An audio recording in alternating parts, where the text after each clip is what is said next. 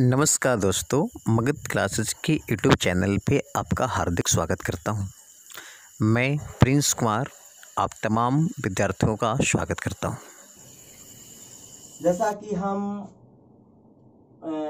2 lecture दे चुका हूँ मौलिक अधिकार का, और उसी के कड़ी में यह लेक्चर को समायोजित कर रहा हूँ।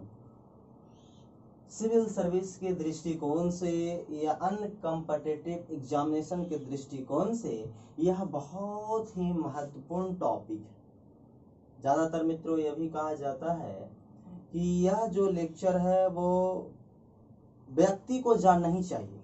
जैसे यह जो टॉपिक मैं बता रहा हूँ मौलिक अधिकार, हर एक व्यक्ति, हर एक नागरिक के पास आवश्यक है कि होना चाहिए। इसमें मैं 2 अधिकार पे मैं ऑलरेडी पहले से बात कर चुका हूँ। आज तीसरी मौलिक अधिकार पे बात करूंगा। तीसरी मौलिक अधिकार है फ्रेंड्स, जो शोषण के विरुद्ध अधिकार दिया गया है। अगर मान लीजिए कि किसी का शोषण होता है, जैसे आपसे हम कहें शोषण की बात, तो शोषण का सीधा सा अर्थ है कि शोषण कैसे होगा आपका। या तो आपका शोषण किसी व्यक्ति के द्वारा किया जाएगा या किसी सिस्टम, संस्था के द्वारा भी किया जा सकता है। 2 वजह से शोषण आपकी हो सकती है। जैसे अगर हम आपसे कहें तो शोषण से बचने के लिए भी संविधान निर्माता ने हमारे पास एक हथियार दे रखा था। उसमें आर्टिकल 23 और 24 शामिल है। इसमें सबसे पहले मैं बात करूं आर्टिकल 23, जिसे अनुच्छेद 23 कहते हैं। इसमें वर्णन है मानव व्यापार, वालात, श्रम, बंधुआ मजदूरी। संविधान में इस रूप में लिखा हुआ है। जैसे फ्रेंड्स मैं आपसे बात करूं तो मानव व्यापार की जो बात है, तो आप थोड़ा सा सोचिए। मानव का व्यापार समझे होंगे जिसमें आपका शारीरिक व्यापार भी आता है। कहीं आप सुने होंगे कि किडनी वगैरह किसी का बेचा जा रहा है, किसी का अपहरण किया गया है। तो यह स्थितियां क्यों बनती है? यह स्थितियां तब बन जाती हैं जब किसी प्रकार के कानून में ढिलाई बरतना या फिर समाज में एक ऐसी व्यक्तिगत विचारधारा का जन्म हो जाता है जिसके कारण समाज को नहीं तो ये देख पाता है कि इस समाज की कितनी बड़ी नुकसान है या फिर राष्ट्र की कितनी बड़ी नुकसान है, ये चीज को वो समझ नहीं पाता है। तो सबसे पहले बालात श्रम, मानव व्यापार, बालात श्रम तो दूसरे में बात करूंगा मित्र। तो मानव व्यापार की बात हो गई। दूसरा है वालात श्रम। वालात श्रम जो है बच्चों से श्रम करवाना। आप देखे होंगे कि बच्चा उच्चा का छोटा छोटा बच्चा है, वो बड़े बड़े उद्योग में काम करते रहते हैं। और बड़े बड़े उद्योग में काम करने का मतलब है कि वो बच्चा का तो एज नहीं है उस स्तर का कि काम वो कर सके बड़े बड़े उद्योग में, लेकिन उनसे माता पिता के द्वारा करवाया जाता है, या फिर कह लीजिए तो उसकी कई मजबूरियां भी हो सकती हैं, ऐसा नहीं हम कह सकते। तो बालात श्रम पर भी रोक का प्रावधान है। अगला है बंधुआ मजदूरी। बच्चों को या फिर नौजवानों को बंधन योग मजदूर नहीं बना सकते। जैसे कॉन्ट्रैक्ट बेसिस लेबर इसको कहते हैं। जैसे फ्रेंड्स अगर मान लीजिए कि आपको मैं 10 या मान लीजिए 1 लाख रुपया आपको मैं दूंगा और आपको आजीवन मेरे पास सेवा करना होगा जब तक आप जिंदा रहेंगे, दासों की तरह।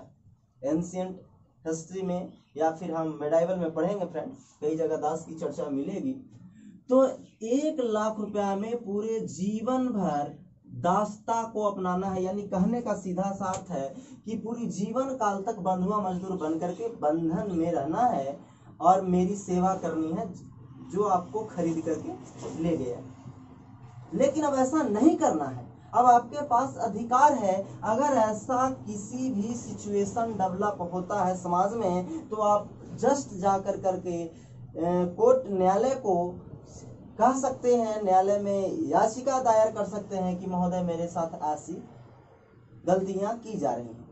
आगे मैं बात करूं तो आर्टिकल 24 फरमा करके एक बात कहा गया, ध्यान से इसको समझ लीजिए कि कभी कभी दोनों में बड़ा कंफ्यूजन होता है और एक दूसरे में गलती कर बैठते हैं। इसमें फरमाया हुआ है बात कि 14 बरस से कम उम्र के बच्चों को कारखानों में काम करने पर रोक लगाया गया है।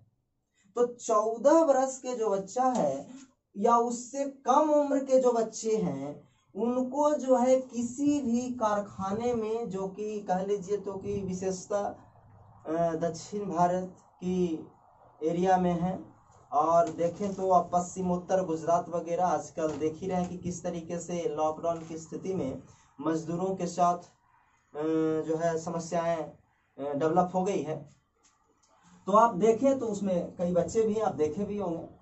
तो 14 वर्ष से कम उम्र के बच्चों को कारखानों में काम करने पर रोक लगाया गया है कि आप काम नहीं कर सकते। अगर हाँ काम करना है तो 14 वर्ष से अधिक एज हो जाए तो आप काम कीजिए, हमें कोई परेशानी सरकार को नहीं है। इसे शोषण से बचाने का एक प्रावधान है। इसका रीजन क्या है फ्रेंड्स, इस बात को थोड़ा सा समझिएगा। 14 वर्ष के बच्चों से क्यों नहीं काम करवाया जा रहा, आपको मन में ये भी भाव आएगा।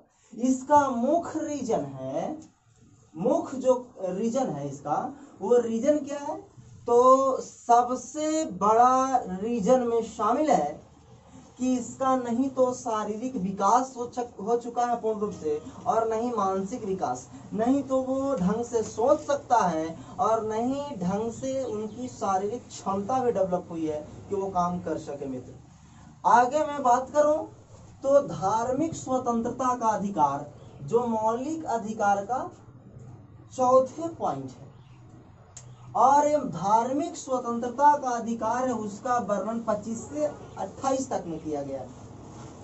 अनुच्छेद 25 में कहा गया है कि जैसे धर्म, तो धर्म आप देखते हैं भारत में अनेकों प्रकार के धर्म आपको देखने को मिलेंगे। जैसे अगर आपसे हम कहें तो अनेकों धर्म के रूप में है क्या भाई, तो अनेकों धर्म के रूप में हिंदू, मुस्लिम, सिख, ईसाई, पारसी, बौद्ध, जैन।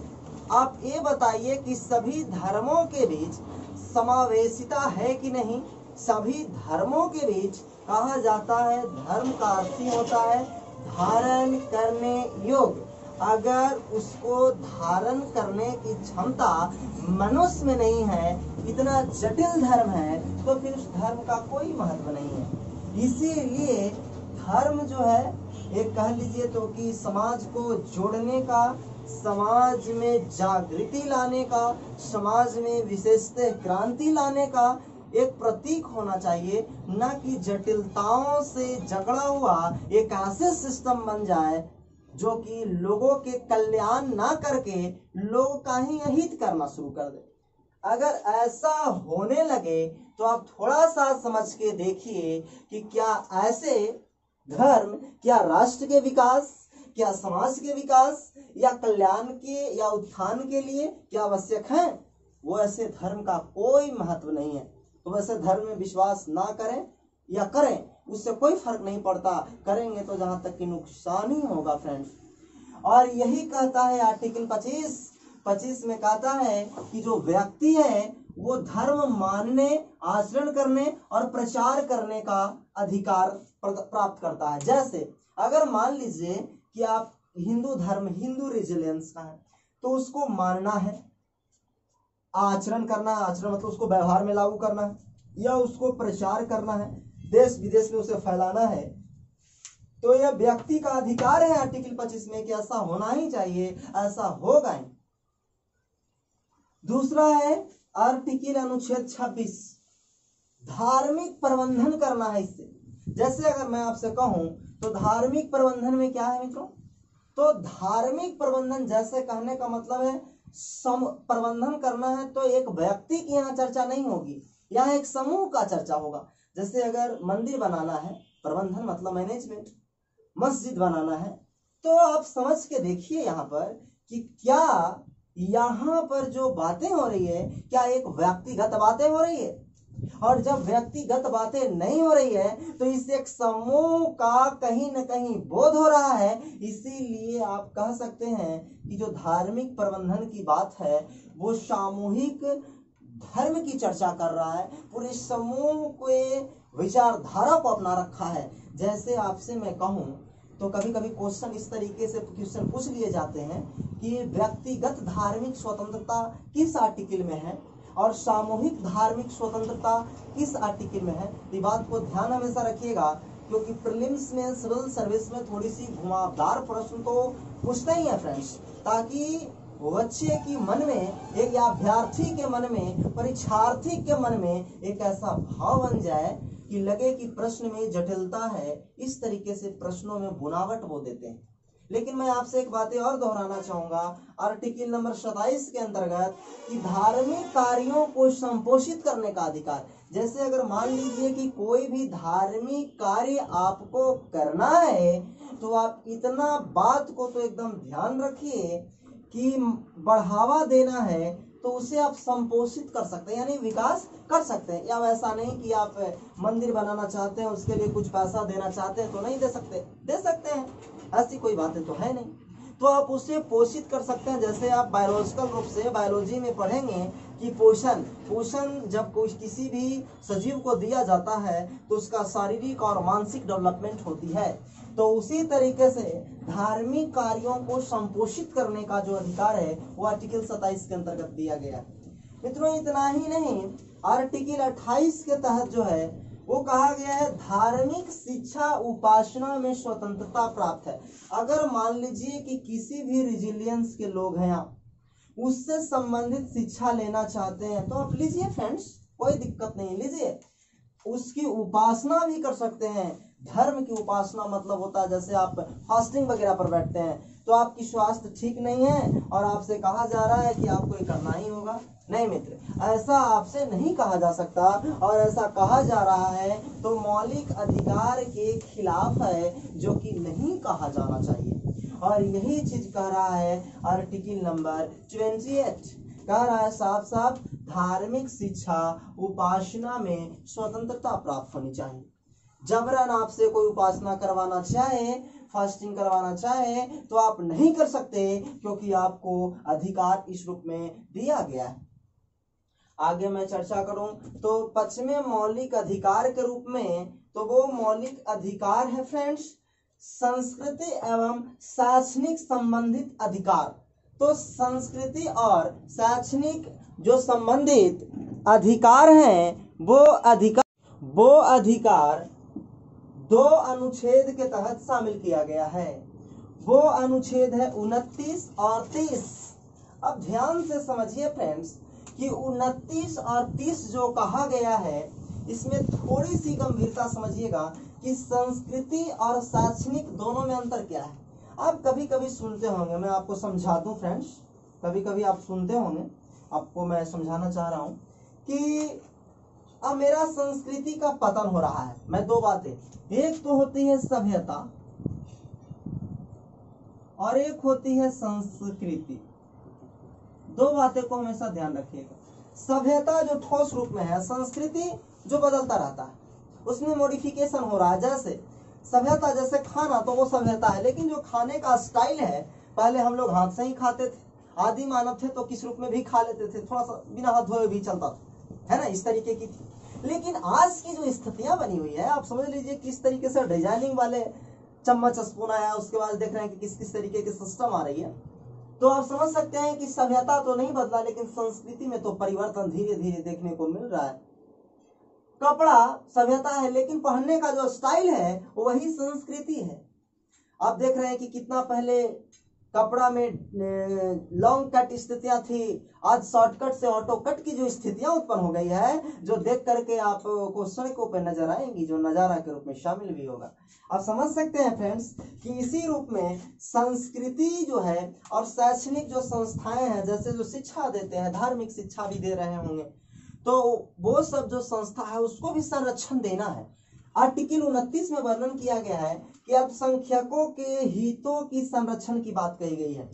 अल्पसंख्यक के हितों की संरक्षण का मतलब है कि हिंदू छोड़ दें तो लगभग अल्पसंख्यक के रूप में शामिल तो हैं सब लोग। जैसे अगर हम आपसे कहें मुसलमान भाई, फिर आपसे हम कह लें जैन है, बौद्ध है, ये सब अल्पसंख्यक हैं, इनको भी कहा जाए तो हम कह सकते हैं फ्रेंड्स कि हितों का संरक्षण किया जाए। ये नहीं कि इनकी संख्या कम है तो इनको दबाया जाए, धमकाया जाए, इनकी संस्कृतियों को पतन कर दिया जाए, इनको समाप्त किया, ऐसा संविधान में चर्चा नहीं है फ्रेंड्स। ऐसा करने की इजाजत तो देता ही नहीं है संविधान। इसीलिए अनुच्छेद 29 में कहा गया है साफ साफ कि अल्पसंख्यकों के हितों का संरक्षण करना ये दायित्व है। कभी कभी तो प्रश्न पूछ लेता है फ्रेंड्स इस तरीके से पीसीएस वगैरह में कि ये बताएं कि मुसलमानों का धार्मिक संस्कृति का संरक्षण या फिर मुसलमान का संरक्षण किस मौलिक अधिकार के तहत किस आर्टिकल में वर्णन किया गया है। बच्चे घबरा जाते हैं कि ये कहां से प्रश्न आ गए। प्रश्न की प्रवृत्तियां बदल गई है। अब मुसलमान तो अल्पसंख्यक ही हैं, क्या उनकी चर्चा यहाँ नहीं की गई है? तो बस यही है अप्रोच सिविल सर्विस का। और सिविल सर्विस कुछ है नहीं, उसको कैसे घुमाना है। अगर घूमना सीख गए तो बाकी चीजें अपने से हो जाती है। आर्टिकल नंबर 30 पर आ जाए फ्रेंड्स, तो अल्पसंख्यकों के शिक्षा संबंधित संरक्षण की बात है। वहां तो हित है, यहाँ शिक्षा संबंधित संरक्षण की चर्चा। अगर शिक्षा संबंधित चर्चा की बात करें तो थोड़ा सा हमेशा ये बात को ध्यान रखिएगा, गौर कीजिएगा कि शिक्षा संबंधित अगर हम आपसे चर्चा कर रहे हैं तो आप देखे होंगे कि कई ऐसे संस्थान हैं जो शिक्षा देते हैं। जैसे अगर मैं कहूँ तो मुस्लिम विश्वविद्यालय भी हैं, स्कूल भी हैं, इस तरीके से संस्थाएं भी हैं। जैसे मदरसा आप सुने होंगे, मुसलमानों भाई के लिए है। तो इस तरीके से आप देखे होंगे उनके प्रोटेक्शन सरकार करती है, देती है, ताकि जो है वह भी अस्तित्व में बना रहे। हाँ, बहुसंख्यक नहीं, अल्पसंख्यक, हमेशा बात में ध्यान रखिएगा। अभी नहीं कि बीएचयू को मांगने लगिएगा, जी नहीं, यहाँ पर अल्पसंख्यक की चर्चा है। तो इसीलिए आर्टिकल 30 में इसका वर्णन किया गया है। आगे सबसे महत्वपूर्ण मौलिक अधिकार है जो बहुत बार एग्जामिनेशन में पूछते रहता है, जिसे संविधान बनाते समय बाबा साहब जो प्रारूप समिति के अध्यक्ष थे संविधान सभा में, उनसे साफ साफ पूछा गया कि आप ये बताइए कि संविधान का कौन सी आर्टिकल है जिसे निकाल दिया जाए तो संविधान मृत घोषित हो जाएगा।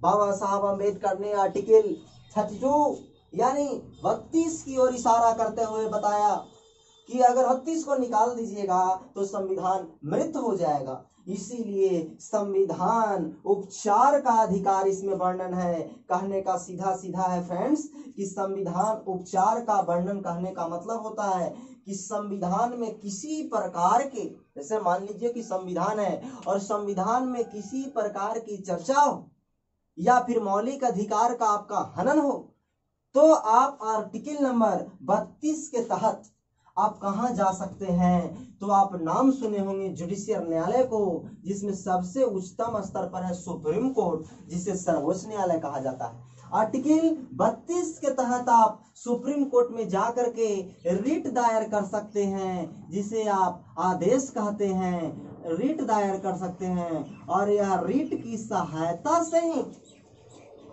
आपका मौलिक अधिकार का हनन होने से रोका जा सकता है। आपसे मैं बातें कहूं तो आर्टिकल 32 के तहत तो सुप्रीम कोर्ट को यह अधिकार मिला हुआ है कि वो रिट जारी करके किसी भी व्यक्ति से पूछ सकता है।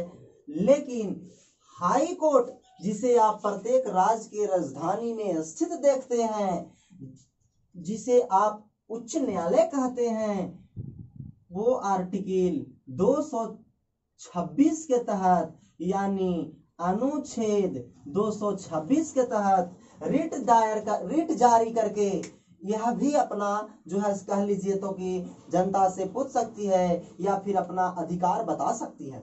जैसे इसमें 5 प्रकार की रिटें जारी करने की क्षमता है फ्रेंड्स। जैसे अगर हम आपसे कहें सुप्रीम कोर्ट हो या हाई कोर्ट हो, वो 5 प्रकार के रिट जारी करता है, जिसमें पहला है बंदी प्रत्यक्षीकरण, दूसरा है परमादेश, तीसरा है प्रतिषेध, चौथा है उत्प्रेषण, पांचवा है अधिकार परीक्षा। मैं एक एक पर चर्चा करूंगा। सबसे पहले मैं आता हूं बंदी प्रत्यक्षीकरण।